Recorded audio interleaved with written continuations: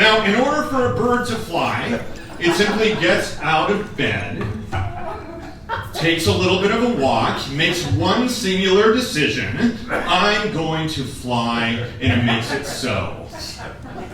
For a plane to fly, there are gauges and checklists and rudders and rivets and vectors and towers and tarmacs and towers and waypoints and dew points and headsets and liftoff and takeoff and a whole lot of luck. There are about 80,000 things that have to go exactly right for a plane to fly, and so that you don't plummet down to the earth. If something goes wrong with a bird, not a problem. I mean, shit, a bird could be super sick. A bird can even have bird flu. I mean, a bird could have a broken leg, and it would be totally fine. It would be cruising. Big gust of wind, not a problem. Just like going with it. Birds are fine. They are natural born flyers. Just yes. Now with planes are only deemed safe to fly in the specified limits of the FAA. Okay, so wind gusts of 30 miles or more, no go, not safe. Abort, abort, abort.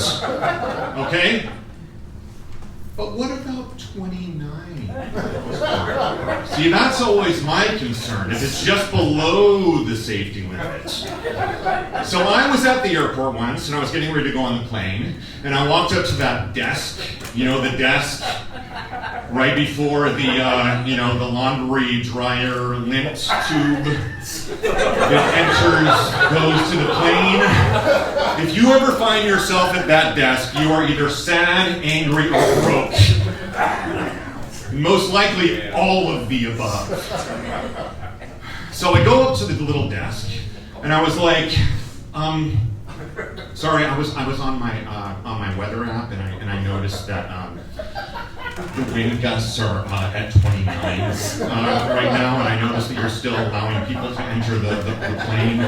And she's like, oh, it's totally safe. And I'm like, just point of clarification, so you're saying that 30 was like emergency shut down the airport and no one got on the plane, and 29 is totally safe? Wouldn't it be more accurate to say that it's barely safe? I mean, if we're being honest, right? Oh my God. I personally like delays. Like, in fact, I love and very much appreciate delays in the airport. You know why? Because it means they're fixing something. And I'm always baffled by people who are disgruntled delay people. They're just like, oh, fuck, God damn it, fucking delay, this is bullshit. I need a fucking delay, goddamn delay. And I'm just like, do you realize your life is being currently saved right now? Jesus, have some patience, folks. This one time I was on the plane, and I came out of the bathroom, and there was the I come out, I'm in the very back there, and there's this like the curtain there, the flight attendant is back there. It seems like they're always back there eating a Cheeto or something, or like texting.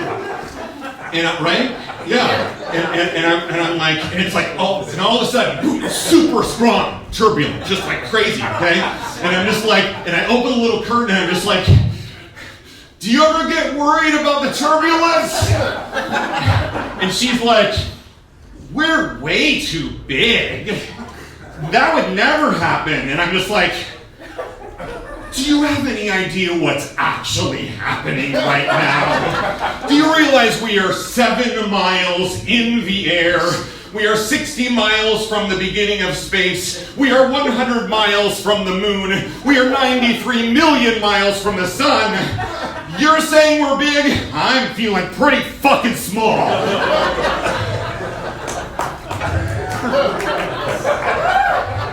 She was like, get back to your seat and put on your seatbelt. It's like, I think I had to snap her out of her brainwashing. I think they brainwashed them to say certain things. It's totally safe. Everything's fine. I know it's just a matter of time till a wing snaps off. I mean, I'm hoping it's not my plane, of course. Shit. I can't sleep on planes. Can you guys sleep on planes? Yeah.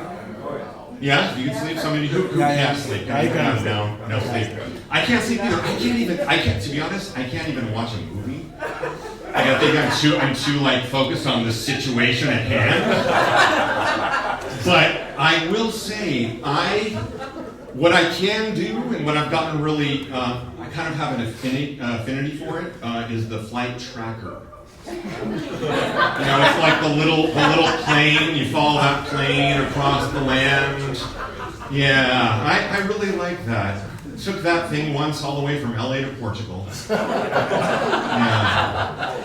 It gets a little bit monotonous over the Atlantic Ocean. I'm in there, I'm like zooming and zooming and zooming, trying to like see like a rogue, uncharted island or something. I think I saw a buoy once. Yeah. I'm the guy who does not talk to anyone unless there's turbulence. So if there's, I'm totally silent. And then there's turbulence, and I'm like, hi, how are you? What's good?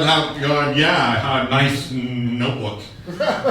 I'm just like trying to get something out just out of total sheer nerves, and so that's my thing. I'm hoping always that it's not an attractive businesswoman on a travel trip, because I feel like that's a future red flag.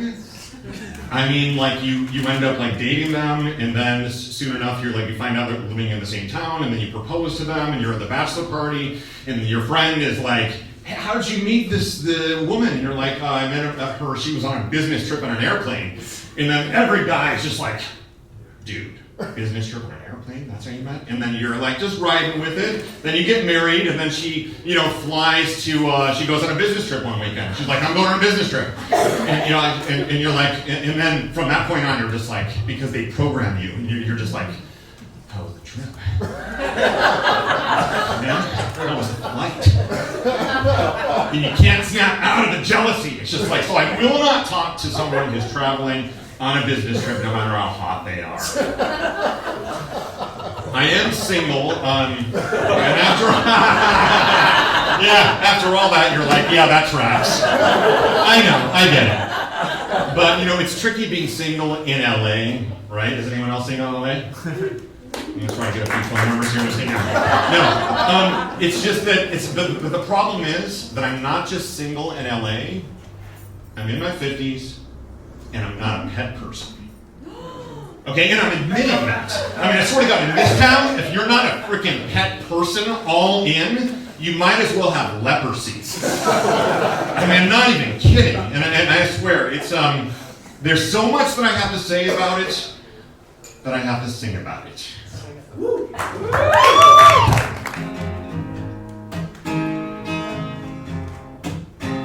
There's this wonderful, lovely woman who walks her dog on my street.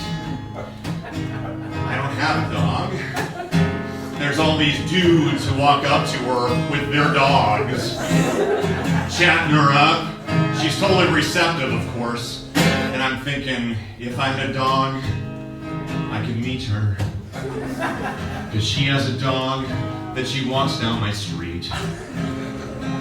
Without a dog, I can't reach her. Because if I approach, she'll think I'm a creep. Without a dog. But dogs are annoying. Because they bark and pant and scratch. That's right, I'm owning it.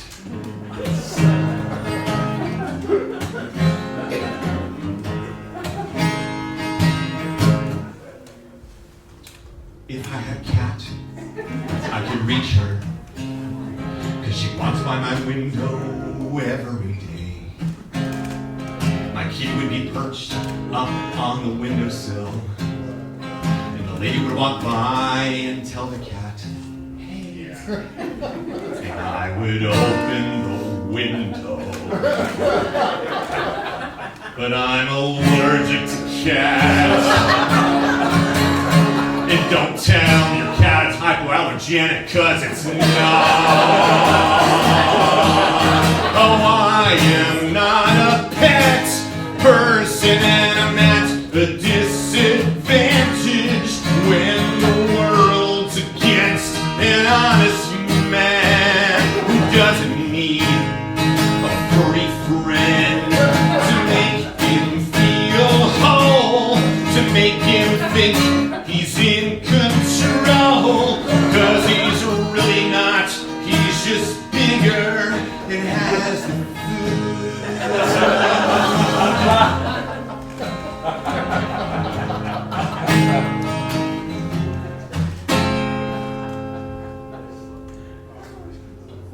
If I had fish, I could lure her to feed all my fish when I'm out of town. And then she would see my intentions are pure with her. Then we continue when I'm back around. When I'm around.